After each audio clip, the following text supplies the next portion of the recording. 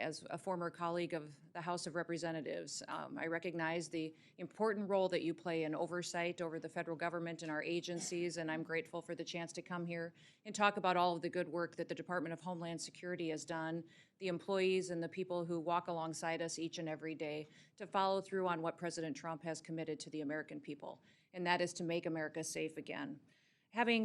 Today, I'm very proud of the accomplishments that we've tackled, and we've delivered the most secure border in American history.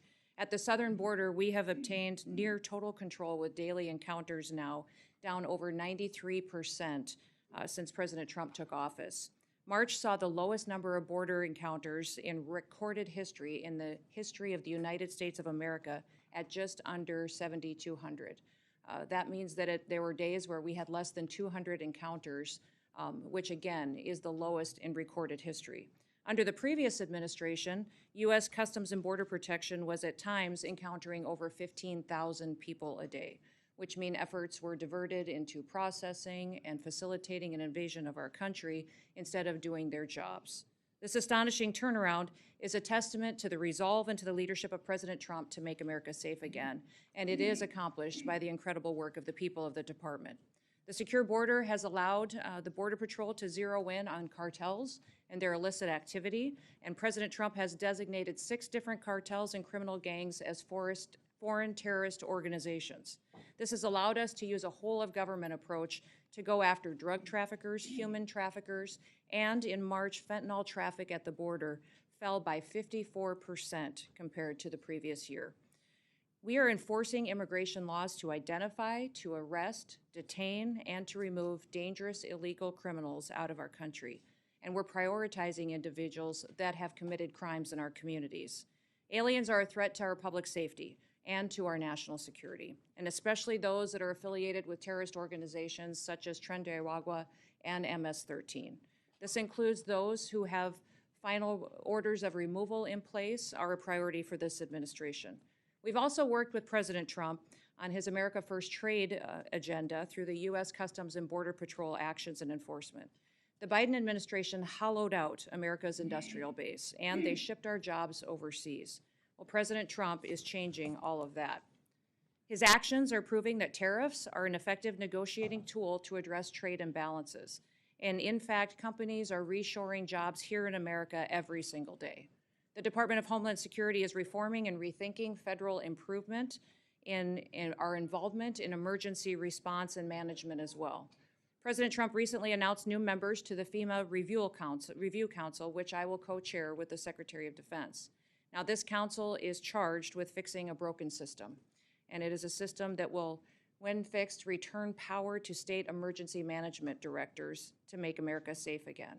And we're also taking steps to defend the nation's transportation systems, which are vulnerable to targets and attacks. The Transportation Security Administration is responsible for ensuring the security of all of those that travel. In a single day, there are over 45,000 flights and nearly 2.9 people travel on our airlines and our passengers in the United States. We're fulfilling our obligation to enforce and to launch Real ID in order to follow federal law that was enacted nearly 20 years ago. Validated IDs will secure travel, safeguard our elections, and make sure that we never experience and work to prevent a 9/11 attack again. As technology advances, so do the threats to our nation, and that's why cybersecurity is so crucial to our future. Countries like Communist China have both the capability and the intent to infiltrate and to potentially disrupt our critical infrastructure systems. The Homeland Security Department is responsible for 10 of the 16 different critical infrastructures. And despite these threats, the Biden administration instead used CISA to play politics and to police speech. Under President Trump, we've been working to get CISA back on mission and to make sure that they're focused on cybersecurity.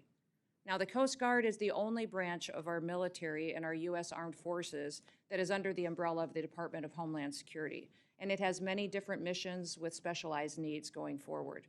As we secure our southern border, the cartels have shifted their activities to our maritime borders, and the Coast Guard has already surpassed fiscal year 2024 in the amount of drug interdiction numbers that they have encountered, and they have also excelled at search and rescue and illegal interdiction.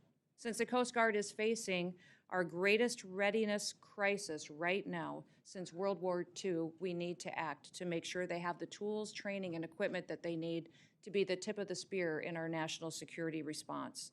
We have a plan to reinvigorate the Coast Guard, and this is a critical component of our Homeland Security mission. Now, with Force Design 2028, which some of you may have heard about already, we will transform the Coast Guard into a more agile, capable, and a responsive force. And since I took office, one of the responsibilities that I have is reforming the Secret Service in the wake of the July 13th assassination attempt on President Trump. We have reassessed the Secret Service's needs. We've refocused recruitment away from what the Biden administration was prioritizing with DEI objectives, and instead bring people in with experience and with training that align with the agency's zero-fail mission. These accomplishments are just a portion, Mr. Chairman, of what the department has achieved in just 100 days. And with the support of this committee, we'll be able to make the department more efficient and more effective into the future. I want to thank Chairman Cole for his kind words. It has truly been one of my greatest honors to have been able to serve with him in his advocacy for the people in his district, but not just the people in his district, but the history to which he's represented the people of the United States. He's a true statesman that works across the aisle to come up with solutions.